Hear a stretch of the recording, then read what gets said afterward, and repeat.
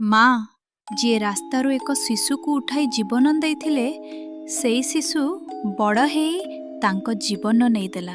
एहा केवल एक मर्डर केस नुहे, एहा एक धोकार कहानी। एही घटना घटिथिला ओडिशार पारालाखेमुंडी रे। राजलक्ष्मी कर 64 वर्षर जड़े महिला जीए एक 3 दिनर शिशु को रास्तारू उठाई निज झियो भली पालिथिले। पति नथिबा परे से एकाए तांको बड़ करिथिले। माँ भावरे से केबे कमी रखि नथिले।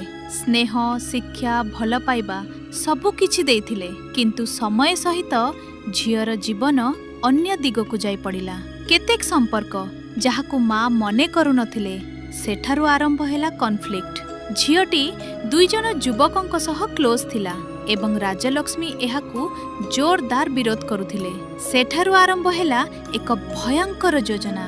प्रेम, लोभ आउ विद्रोह मिसिगला एक अपराधरे। एक दिन योजना अनुजाई माँ को अस्वस्थ करागला एवं सेही अवस्थारे तांको जीवन समाप्त हेला। कहानी एठिरे शेष हेला नाही। सत्य को लुचाइबा पई एहाकु नेचुरल डेथ बोली कुहागला। परदिन शवदाह मध्य करागला, जेंटा कौनसी संदेह न हेउ। राजलक्ष्मी कर जने साधारण घरोई महिला। तांकर जीवन देखिबाकू संपूर्ण नॉर्मल लागुथिला। परिवार, दिनचर्या सबु किछि ठीक थिला, किंतु एही साधारण जीवन मध्यरे लुचि थिला किछि असाधारण रहस्य। एक साधारण महिला, एक साधारण जीवन, किंतु हठात एमिति कोन घटिला जे समस्त ओडिशा डरीगला। एहा केवल एक एक्सीडेंट थिला ना, एथिरे लुचि थिला ना एथिरे लुचि थिला कौनसी भयंकर सत्य। एक दिन हठात घटिगला एमिति घटना जहा सबुकू आश्चर्य पकाइदेला। प्रथमे एहाकू सिंपल केस बोली भाबागला, किंतु दिन कटिबा सहित प्रश्न बढ़िबाकू लागिला।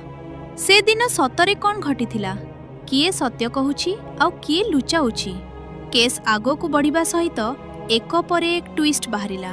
केतेक लोक कहूथिले एहा एक्सीडेंट, किंतु आउ केही कहूथिले एहा एक प्लांट क्राइम। सबुठारु अजब कथा हेला, जेते अधिक तदंत हेउथिला सतीक लुचि जाउथिला। सोशल मीडिया रे एही केस आग्नि भली छड़ीगला। प्रत्येक लोक निज निज थियोरी देउथिले। सबुठारु बड़ प्रश्न थिला राजलक्ष्मी करंक सह आसले कौन घटिला। केतेक लोक कहूथिले एहा एक एक्सीडेंट, किंतु केतेक लोकंक मत थिला एथिरे थिला किछि अन्य रहस्य। किए जने निकट लोक थिले कि ना एहा केवल एक दुर्घटना। सबुठारु आश्चर्य कथा, केस आगकू बढ़िबा सहित सत्य स्पष्ट हेबा प्रतिवर्ती आउ अधिक जटिल हेउथिला। ताहले सतरे कौन थिला एही केसर सत्य, एक्सीडेंट ना क्राइम? केतेक प्रश्न आजि भी अनुत्तरित, आउ सही प्रश्न माने एही केस को आजि भी मिस्टरी करी रखिछि। सत्य केबे लुचि रहेनी, किंतु केतेक केस रे सत्य आसिबाकू समय लागे। साधारण जीवन, किंतु हठात एमिति कोन घटिला जे समस्त ओडिशा डरीगला। एहा केवल एक एक्सीडेंट थिला ना, एथिरे लुचि थिला ना एथिरे लुचि थिला कौनसी भयंकर सत्य। एक दिन हठात घटिगला एमिति घटना जहा सबुकू आश्चर्य पकाइदेला। प्रथमे एहाकू सिंपल केस बोली भाबागला, किंतु दिन कटिबा सहित प्रश्न बढ़िबाकू लागिला। से दिन सतरे कौन घटिथिला, किए सत्य कहूछि आउ किए लुचाउछि। केस आगो को बढ़िबा सहित एक परे एक ट्विस्ट बाहरिला। केतेक लोक कहूथिले एहा एक्सीडेंट, किंतु आउ केही कहूथिले एहा एक प्लांट क्राइम। सबुठारु अजब कथा हेला, जेते अधिक तदंत हेउथिला सतीक लुचि जाउथिला। सोशल मीडिया रे एही केस आग्नि भली छड़ीगला। प्रत्येक लोक निज निज थियोरी देउथिले।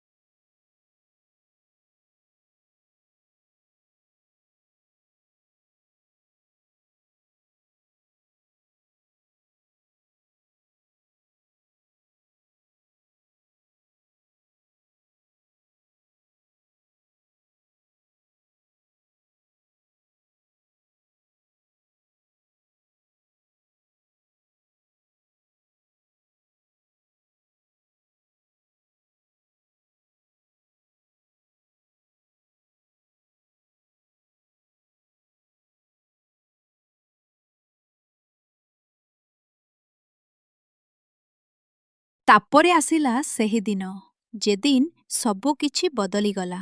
ପ୍ରଥମେ ଲୋକମାନେ କହିଲେ ଏହା ଏକ ସାଧାରଣ ଘଟଣା, କିନ୍ତୁ ଧୀରେ ଧୀରେ କଥାଟା ଅନ୍ୟ ଦିଗକୁ ଘୁଞ୍ଚିଗଲା। କିଛି ଏମିତି ଥିଲା ଯାହା ମାଚ୍ ହେଉନଥିଲା। ପଡ଼ୋଶୀମାନେ କହୁଥିଲେ ସେ ଶାନ୍ତ ଥିଲେ, କିନ୍ତୁ କେବେ କେବେ ଚିନ୍ତିତ ଦେଖାଯାଉଥିଲେ। ଘର ଭିତରେ କ'ଣ ଚାଲୁଥିଲା କିଏ ଜାଣୁଥିଲା? କେତେକ ସମୟରେ ସବୁଠାରୁ ବଡ଼ ଯୁଦ୍ଧ ବାହାରେ ନୁହେଁ, ଘର ଭିତରେ ହୁଏ। ତାପରେ ଆସିଲା ଏକ ନୂଆ ଆଙ୍ଗଲ।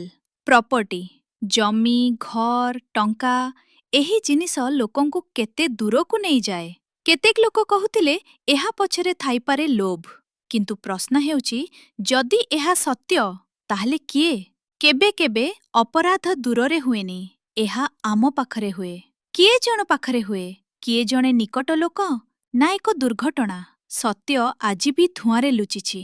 ଏହି କେସ୍ ଆମକୁ ଏକ କଥା ଶିଖାଏ, ସବୁ ଦେଖାଯାଉଥିବା ଜିନିଷ ସତ୍ୟ ନୁହେଁ। ଏକ ସାରେ ଲୁଚିଥାଇପାରେ ଏକ ଅସାଧାରଣ ରହସ୍ୟ, ଏବଂ ସେହି ରହସ୍ୟ ସବୁବେଳେ ଆମେ ବୁଝିପାରୁନାହିଁ। ତୁମେ କ'ଣ ଭାବୁଛ? ଏହା ଆକ୍ସିଡେଣ୍ଟ ନା ପ୍ଲାନ୍ କ୍ରାଇମ୍? ସତ୍ୟ କ'ଣ? କମେଣ୍ଟରେ ନିଶ୍ଚୟ କହ।